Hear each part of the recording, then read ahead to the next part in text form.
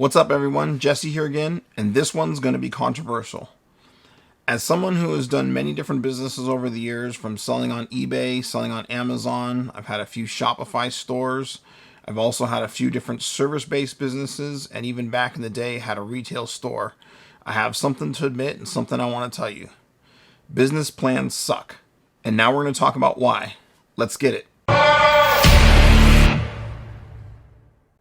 Okay, first let me start by saying that there might be some rare exceptions to what I'm about to say, but in general, I honestly believe this, and every business I've ever had, I've never had a real business plan. If you can think of any of those examples that absolutely require a business plan, or you just don't agree with me, I want to hear from you guys. Comment in the comment section below this video. I want to hear from you. In today's world with technology, things move fast, and you need to be able to adapt and constantly move. When you write a business plan, I think that can be limiting because you're creating this plan of how things go and what you're supposed to do in certain circumstances, but you can never predict everything that's going to be coming at you. So creating a plan almost seems like creating a plan for failure in a lot of ways. Before technology was such a huge part of our lives, maybe business plans made more sense because things didn't move as rapidly and things weren't as dynamic. But now I think it's more important to be able to think on the fly and problem solve. I feel like it's just another legacy and old broken component of doing business the way it used to be done. The reality is that I found over all these years of doing different businesses, it's best to just keep things simple and don't overthink them. Overthinking things can be your biggest downfall because sometimes things are only as complex as you make them.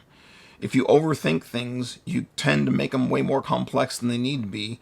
And a lot of times things are only as simple as you make them. So if you think about it and you make it overly complex, it becomes overly complex. You can make a really simple problem really complex by planning for the 100 different ways it might go.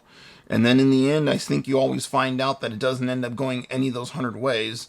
And it goes some way that you totally never even envisioned. At least that's been my experience with it. And I used to be somebody who tried to plan things ahead and tried to think so far ahead, where I had all these steps and all these ideas of the 100 possibilities of how this might happen.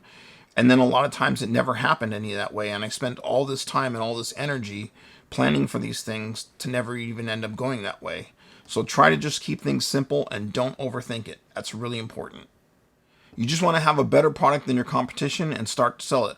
From there, you just build excitement in the product and get the word out about your product and watch it spread like fire. At that point, once it starts to spread, you add fuel to the fire and the fire continues to grow bigger and bigger.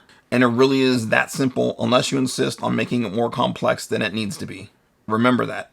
One more thing I want to add. Sometimes being dumb and knowing nothing about your industry can actually work out to your benefit because it'll allow you to bring your unique and individual knowledge to innovate in that industry, where sometimes experts can get caught in a rut because they're an expert in that industry. So again, sometimes being dumb can actually be to your benefit because you don't know the way things are traditionally done and you don't know a lot about a specific industry.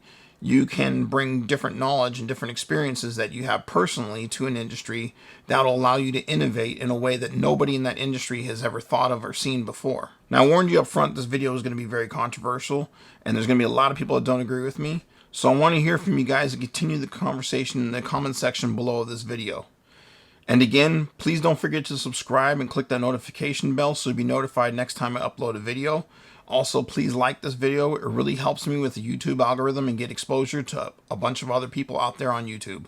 Stay safe, see you in the next one, and remember, let's get it.